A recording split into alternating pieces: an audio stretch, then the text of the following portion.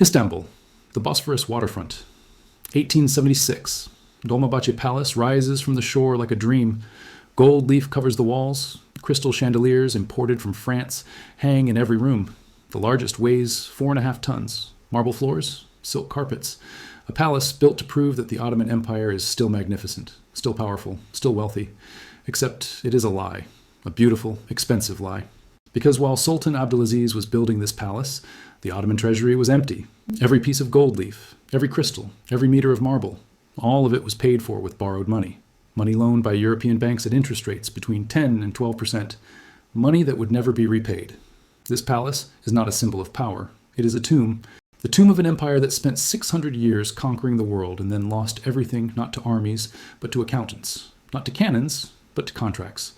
The Ottoman Empire did not fall on a battlefield. It fell in the offices of Galata bankers. And by the time the sultans realized what was happening, it was already too late.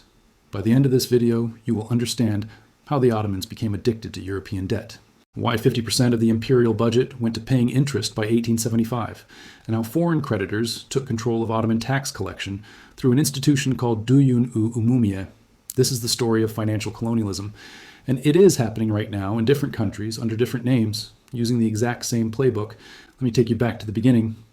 To the moment the trap was set. The year is 1854, the Crimean War.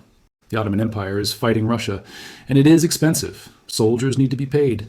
Weapons need to be purchased. Supplies need to be transported. And the Ottoman treasury does not have the money. So the empire does something it has never done before. It borrows. From Europe, the first Ottoman bond issuance, £3 million sterling, backed by British and French banks. The interest rate is 6%. And the loan is marketed as a safe investment because the Ottomans are allied with Britain and France against Russia. The war is won, the loan is repaid, everything seems fine, but a door has been opened, a door that will never close. Because now the Ottomans know that when they need money, they can borrow it, and the European banks know that the Ottomans will pay. So the loans keep coming. For railroads, for modernization, for palaces, for military reforms, for budget deficits. And every loan comes with interest, and this is where the Galata bankers enter the story. Galata is a district in Istanbul, just across the Golden Horn from the imperial palace, and in the 19th century, it is the financial center of the Ottoman Empire. The bankers of Galata are not Ottomans. They are Levantine families, Greeks, Armenians, Jews. They have connections in Europe. They speak the languages. They understand the markets. And they act as intermediaries between the Ottoman government and European capital. The most powerful families are the Commandos, the Zarifis, and the Baltazis. These families loan money to the Sultan at 15 to 20% interest. And where do they get the money? They borrow it from European banks at 5%. They are middlemen, taking a massive cut. And the Ottomans, desperate for cash, accept the terms. But here's the problem. The loans are not being used for productive investment. They are not building factories. They are not developing agriculture. They are not creating industries that generate revenue. The money is being spent on consumption. Palaces, military campaigns, bureaucratic salaries, and debt service. This is the death spiral.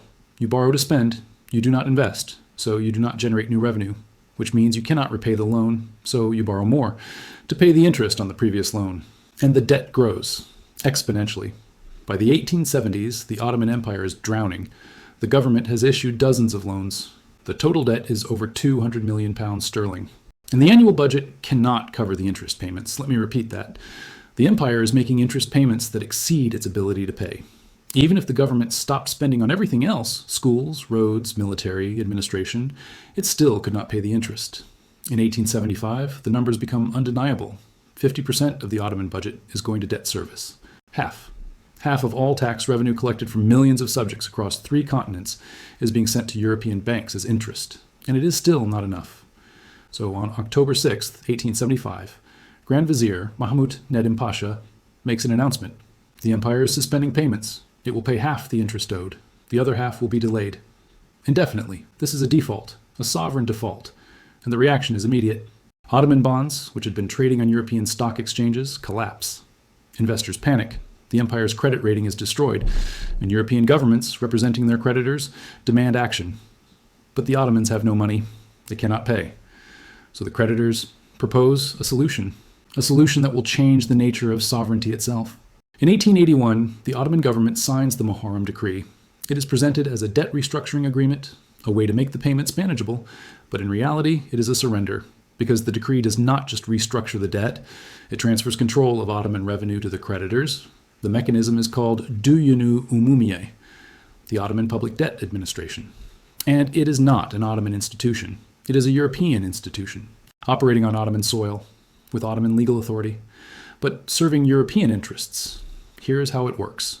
The creditors, British, French, German, Italian, Austrian, establish an administrative council in Istanbul. They build a headquarters, a massive building, bigger than most government ministries, and they staff it with European accountants, auditors, and tax collectors.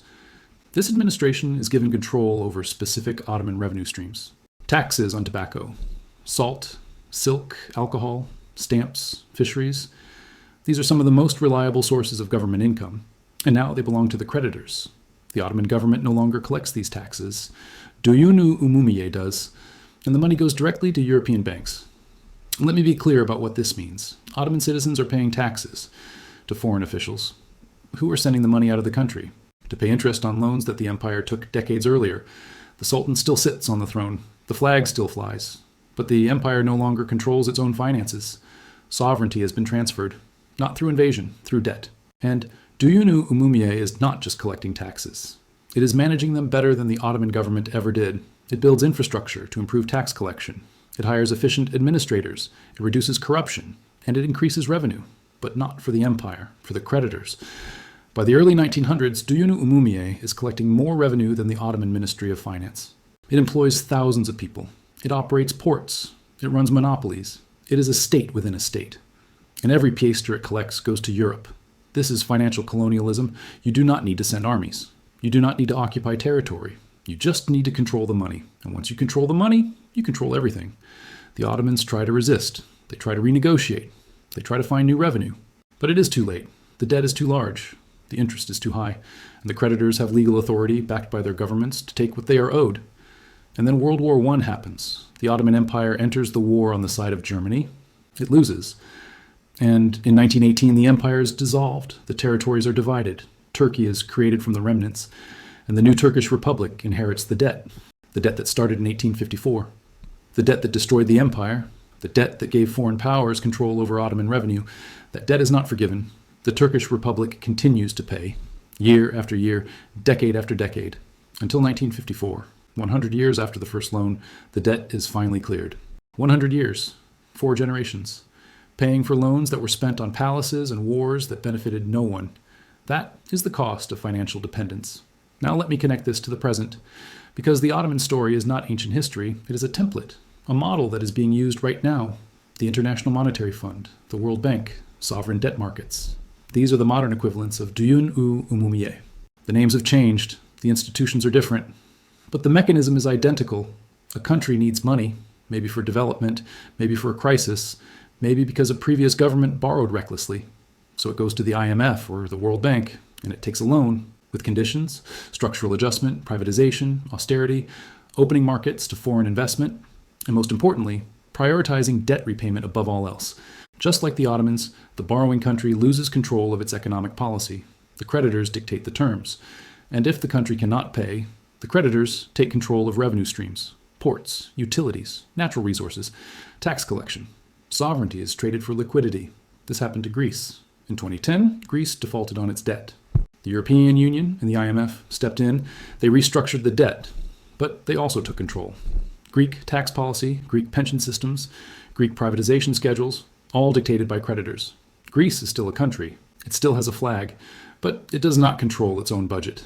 This happened to Argentina multiple times, defaulting on debt, restructuring with the IMF, losing control of economic policy, watching foreign creditors extract wealth while the population suffers. This is happening to dozens of countries right now. Pakistan, Sri Lanka, Zambia, Lebanon. All of them trapped in debt spirals. All of them negotiating with creditors who demand control in exchange for relief. All of them learning what the Ottomans learned in 1881. Debt is not just money. Debt is power. And when you owe enough, you are no longer sovereign. So what is the lesson? What does a 19th century empire teach us about 21st century economics? It teaches us that borrowing for consumption is suicide. The Ottomans borrowed to build palaces and fight wars. They did not borrow to build industries. They did not invest in productivity. And when the bills came due, they had nothing to show for it except debt. It teaches us that interest compounds. A small loan at a reasonable rate becomes a massive burden over time, especially if you're borrowing to pay interest on previous loans. That is not finance, that is a Ponzi scheme. And it always ends in default. And it teaches us that sovereignty is not about flags and anthems. Sovereignty is about control. Control over your budget, control over your taxes, control over your economic policy. If someone else controls your money, they control you. And it does not matter if you call yourself independent. The Ottoman Empire lasted 600 years. It conquered 3 continents. It defeated empires and built one of the greatest civilizations in history. And it collapsed not because of military defeat, but because it could not pay its debts. The soldiers were still fighting. The territory was still vast. But the money was gone. And without money, there is no empire.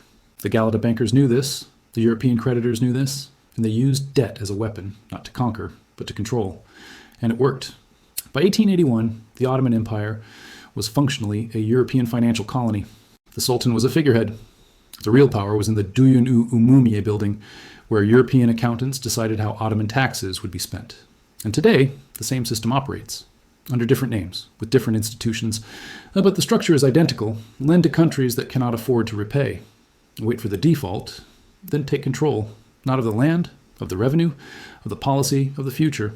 The Ottomans paid for a century, and many countries today will pay for just as long. Because debt is not a tool for development. Debt is a tool for control.